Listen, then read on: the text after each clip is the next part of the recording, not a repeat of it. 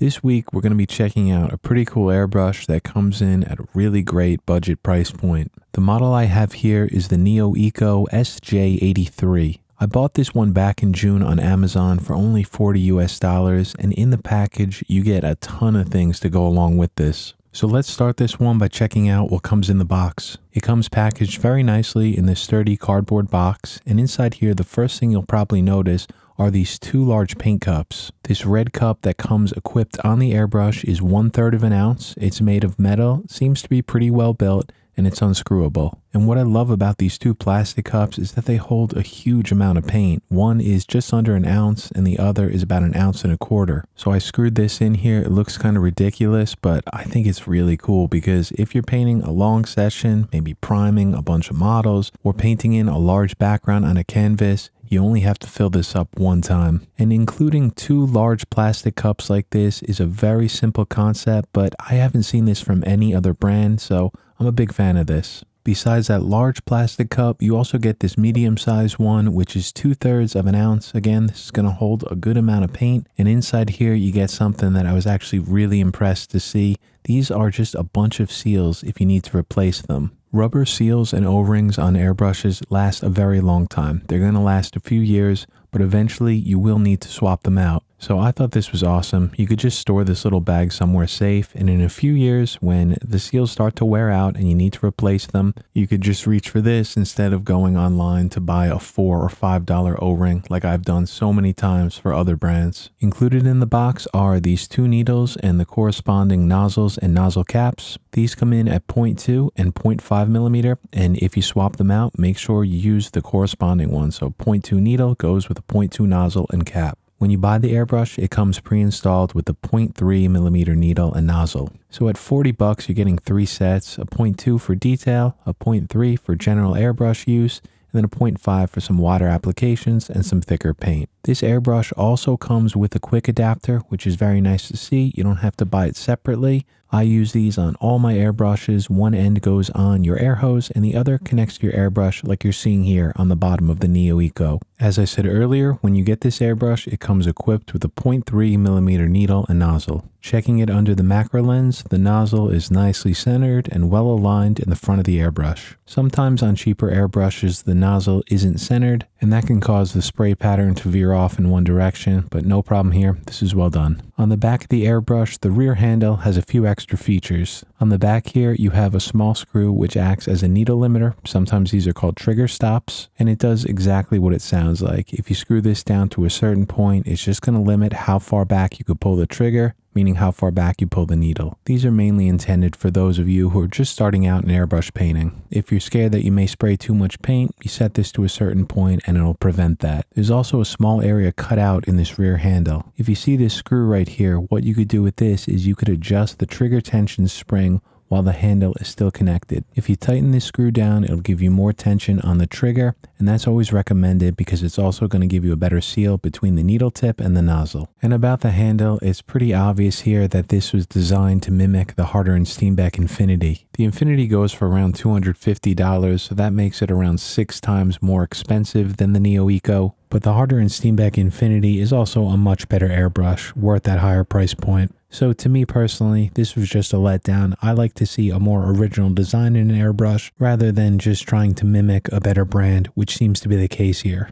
One negative that I noticed as soon as I took this out of the box is that the MAC valve on the front of this airbrush wasn't installed correctly. It's supposed to be straight down, perpendicular to the body of the airbrush, and you can see here that it's kind of tilted at an angle. It still works just fine, but I do hope that this is fixed in future versions of this model. The chrome coating on this airbrush is pretty nice. It's not perfect. There's a few imperfections here and there, but for $40, it's pretty good. You'll notice that there's a few small nicks around the joints where the cup connects and where the air valve assembly connects to the bottom of the airbrush. So like always, let's move along to the breakdown so you can see the internal parts. When you buy the NeoEco, it comes with the needle protector cap on the front, which is just held in by friction. It's nicely made and very easy to remove, but if you're just starting out in painting, I recommend keeping this on so that you don't break your needle tip. So after removing the cup, the rear handle, and the needle, This is the screw that I was talking about before. You can tighten down or loosen this to adjust the spring tension on the trigger. To remove this spring assembly, unfortunately this small part right here doesn't have any knurling on it, so it's very difficult to grip with your fingers. Instead here I'm using a pair of soft draw pliers.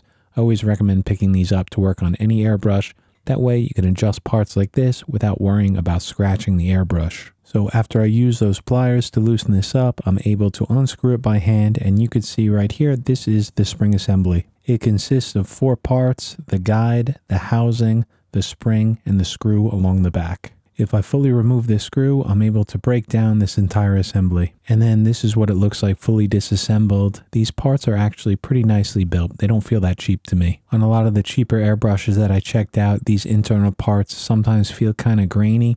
That's not the case here. These actually feel pretty decent. So I was very impressed to see this at $40 US. The trigger has a small piece at the bottom of it, which has a hinge on it, and this is used to press down on the air piston. The trigger is alright. It seems a little cheaply made to me. It's kind of the design of the old Iwatas, but it has some decent knurling on the top of it to give you some good grip. Moving along to the front of the airbrush, this one is so easy to break down, which I love. It's this one cap, and then the nozzle is floating and it lifts right out. This nozzle is an original design. This is the 0.3. You could just see how large it is. It's a very chunky, solid piece. It also has some notches or some vents along the side of it to direct the airflow over the front of the nozzle. I think this is a really awesome design. It's an original one, and it's just so easy to break down and clean, so really good work on this. And the cap itself is very simple, which I love. It seems to be well made, and there's a small rubber gasket along the outside of it, which just helps prevent any air leaks. And then at the bottom of the airbrush, you have the air valve assembly, which you can unscrew. On this one, you can see that I have on the quick adapter, which came included with the airbrush. And these air valve assemblies can be broken down into smaller pieces to show the piston inside of it, which has a small O-ring, and the spring itself. You almost never need to break that down, so I'm not going to do that in this video. So overall, I think this airbrush has a very nice design to it. My favorite part is the nozzle, which is also one of the most important parts of an airbrush. It's very easy to break down, clean, and reassemble, so I was very happy to see this. Let's move along to the most important part of this review to see how this NeoEco sprays paint. The first thing I'm checking here is the trigger response rate, meaning how far I have to pull back the trigger to start getting paint and to see if that's consistent, if it releases paint at the same point every time. For all of these tests, I'm using the 0.3mm needle and nozzle, which comes pre-installed in the airbrush when you buy it. And this trigger response was fantastic. It was extremely responsive. It released paint at the same point.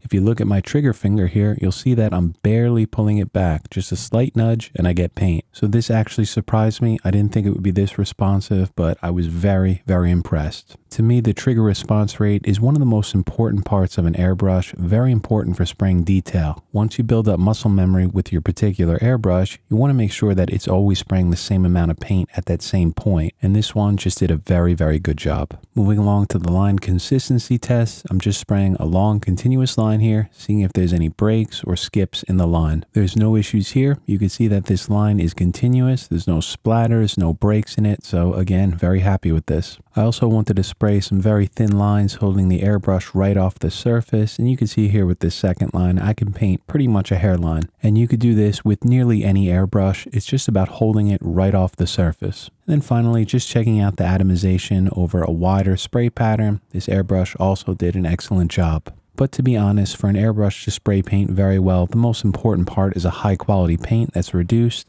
So I was using Createx illustration colors here, so no surprises, it sprayed great. I noticed that the airspeed was pretty low in this airbrush, which is something that I really love, so I double checked it with the atomometer, and I get an airspeed here right around 4.3 meters per second. And at 20 psi, that makes this a fantastic detail airbrush. I'm assuming that this lower airspeed has to do with that new nozzle design and head assembly. And just as a reminder, I'm only using the 0.3 for all of these tests, so you could even get more detail by swapping to the 0.2, which comes in the box. On this channel right now, I have a tutorial up showing you how to paint a skull. This is a Halloween video. We started it last week and we'll be finishing it next week. And for like 95% of this painting, I was using my Iwata Micron Takumi, which is my favorite detail airbrush. But as I was painting this one, I knew this review was coming up, so I decided to switch over to the NeoEco to see how well it performed. So this part is going to be entirely subjective. It's just my opinions on how the airbrush felt to me. And to be honest, I thought it was excellent. It was doing exactly what I wanted it to. Anytime that I was trying to put paint in a certain spot, like I'm doing with a shield here, trying to spray on the edge of the shield, it was doing exactly what I wanted. And this is very important. When that control is right, you just feel like painting is a lot easier. And also in some larger areas where I'm spraying a gradient like I'm doing here on the edge of the zygomatic bone, it was also doing a very good job at atomizing that paint and giving me a soft gradient from a darker value to a lighter value. And in my experience, I've noticed that when some brands tend to come up with a new nozzle design, the control isn't so great, but I think the engineers here at NeoEco did a fantastic job. This airbrush just has excellent control and it just feels very comfortable, very easy to paint with. Like I said in the gallery airbrush review, which also makes a very nice budget airbrush, that this is kind of an exciting time to be getting into airbrush painting because there's so many budget options that just paint incredibly well, and this NeoEco is one of them. And just as a reminder, I bought this one on Amazon with my own money, and for a budget airbrush, I didn't really have that high expectations for it, but it really surprised me. It sprays great. It's a very well, nicely engineered airbrush. And to be honest, my only real complaint about this airbrush is the blatant copying of the Harder and Steenbeck color design and rear handle. And while the build of it and the quality control is nowhere near that of Harder and Steenbeck, I still think that this airbrush has a lot going for it, has a very interesting design with that nozzle assembly, and the old school tried and true trigger design. It just gives you excellent control. It comes with a ton of things in the box, it's easy to break down and clean, and it comes in at only $40 US. So this one really surprised me. It's a great introduction to airbrushing. If you want to get started and want a decent airbrush, this is a pretty good option. So that's it. That's my review of this one. I'll be back here next week and we'll be finishing the skull painting for Halloween. Thank you for watching. I'll see you back here next week.